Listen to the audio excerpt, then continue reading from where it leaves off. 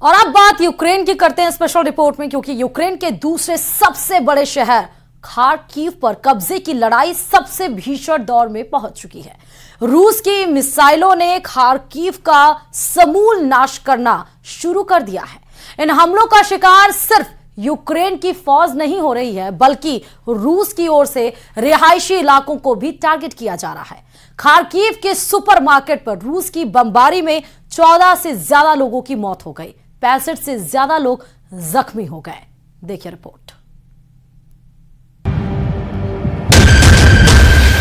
तस्वीरें भयावह हैं। बमों की गूंज जितनी दूर और देर तक सुनाई देती रही कि लोगों के कान सुन्न हो गए। एक के बाद एक गिरे बम्बों ने तबाही मचा दी। आसमान काले धुएं से पट गया। अफरा तफरी मच गई। लेकिन कितने भागते? अब तक जो यूक्रेन की ओर से जो रिपोर्ट दी गई है उसके मुताबिक 14 से ज्यादा लोगों की मौत हो चुकी है। 40 से ज्यादा लोग घायल हैं। फायर ब्रिगेड फुल मोड में एक्टिव है। हाल के दिनों में रिहायशी इलाकों में किया गया यह रूस का सबसे बड़ा हमला है। हमले की डिटेल देखने से पहले इसकी लोकेशन समझिए और रूस ने इसी जगह हमला क्यों किया इसे भी जान लीजिए। रूस यूक्रेन सीमा से सिर्फ 40 किलोमीटर दूर खार्किव का सुपरमार्केट। शनिवार यानी छुट्टी का दिन था। युद्ध से हलकान देश यूक्रेन के लोग बड़ी तादाद में सुपरमार्केट पहुंचे थे, लेकिन तभी आसमान से बम बरसने शुरू हो गए। देखते ही देखते पूरा सुपरमार्केट धू धू कर जल उठा। ध्यान देने वाली बात यह है कि रूस ने अब तक इस हमले की पुष्टि नहीं की है। वैसे भी रूस हमेशा से रिहायशी इलाकों पर हमले का आरोप को नकारता रहा है, लेकिन तस्वीरें इसके उलट कहानी बयां कर रही हैं। 48 घंटे में रूस का खार्किव पर यह दूसरा बड़ा हमला है। 10 मई को खार्किव के खिलाफ रूस के अभियान में अब तक 100 से ज्यादा लोगों की मौत हो चुकी है। 165 से ज्यादा लोग घायल हो चुके हैं। यूक्रेन के राष्ट्रपति वोलोदिमीर ज़ेलेंस्की ने इस घटना को रूस की नीच हरकत करार दिया है। ज़ेलेंस्की ने वीडियो संदेश में जो कहा, आप भी सुनिए। Дорогі українці, українки, зараз були перші доповіді щодо Харкова, удари по місту, по очевидному цивільному об'єкту, по торговельному центру, будівельному гіпермаркету. Субота – день, один з найбільших центрів. Всередині були, багато було працівників та відвідувачі були. Зараз пожежа на всій території, туди прибули усі необхідні служби, ДСНС України, медичні служби, місцева влада, поліція, всі борються. खार्किव रूस के लिए रणनीतिक रूप से बहुत अहम है। युद्ध शुरू होने के कुछ महीनों बाद ही रूस ने खार्किव पर कब्जा कर लिया था, लेकिन ज़ेलेंस्की की फौज ने फाइट बैक किया और रूस की फौज को पीछे हटना पड़ा। 2 साल पहले हुए युद्ध में यह पुतिन की सबसे बड़ी हार में शामिल था। रूस तभी से खार्किव के खिलाफ मोर्चा खोले हुए है। अब रूस ने हमले की रफ्तार कई गुना बढ़ा दी है। 10 मई को रूस की सेना खार्किव में 1 किलोमीटर तक अंदर घुस गई। इसके बाद ज़ेलेंस्की ने सेना से यूक्रेनी लोगों को बाहर निकालने का आदेश दे दिया। साथ ही ज़ेलेंस्की ने सभी रिजर्व सैनिकों को वापस बुला लिया ताकि खार्किव में सेना की ताकत कम न पड़े। दूसरी ओर 2022 में मिली हार के बाद रूस का प्लान है कि वो हर हाल में खार्किव पर जीत हासिल करे। रूस ने खार्किव के खिलाफ मोर्चा उस वक्त खोला है जब यूक्रेन हथियारों की कमी का सामना कर रहा है।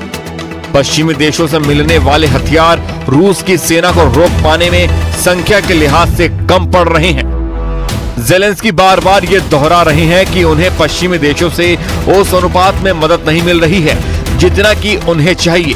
दूसरे शब्दों में कहा जाए तो रूस पर आक्रमण करके कब्जाई जमीन को वापस हासिल करने के ज़ेलेंस्की के पास जो हथियार हैं वो काफी नहीं है।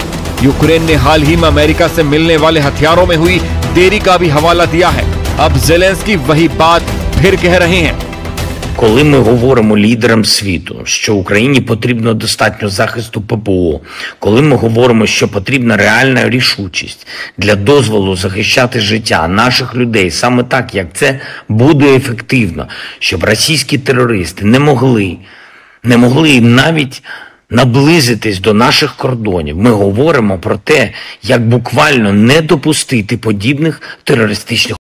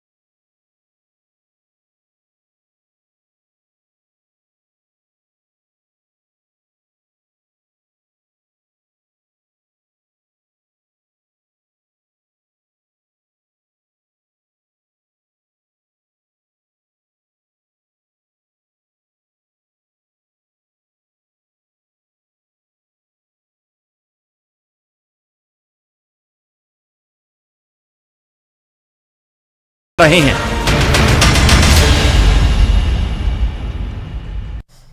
और इस बीच में डीग से बड़ी खबर यह आ रही है कि पुलिस और गौ तस्करों में मुठभेड़ हुई है। दरअसल पहाड़ी थाना इलाके में पुलिस और गौ तस्करों के बीच ये मुठभेड़ को अंजाम दिया गया है, जिसमें गौ तस्करों को पकड़ने के लिए पुलिस ने दबिश दी थी। तभी गौ तस्करों ने पुलिस पर हमला कर दिया और इस पर ताबड़तोड़ फायरिंग की गई है। जवाबी कार्रवाई में पुलिस ने फायरिंग की है। पुलिस ने 5 गौ तस्करों को भी गिरफ्तार कर लिया है। तो पुलिस को एक तरह से बड़ी सफलता भी मिली। इस मुठभेड़ में 5 गौ तस्करों को गिरफ्तार किया गया है। पुलिस को सूचना मिली थी और दबिश देने के लिए जैसे ही पुलिस गई, उधर से फायरिंग को अंजाम दिया गया। पुलिस ने जवाबी कार्रवाई में फायरिंग की। दोनों के मुठभेड़ में गौ तस्करों पुलिस के बीच मुठभेड़ में 5 लोगों की गिरफ्तारी भी हो चुकी है। ठीक से ये बड़ी खबर है। पहाड़ी थाना इलाके में पुलिस और गौ तस्करों के बीच मुठभेड़ है। ज्यादा जानकारी के लिए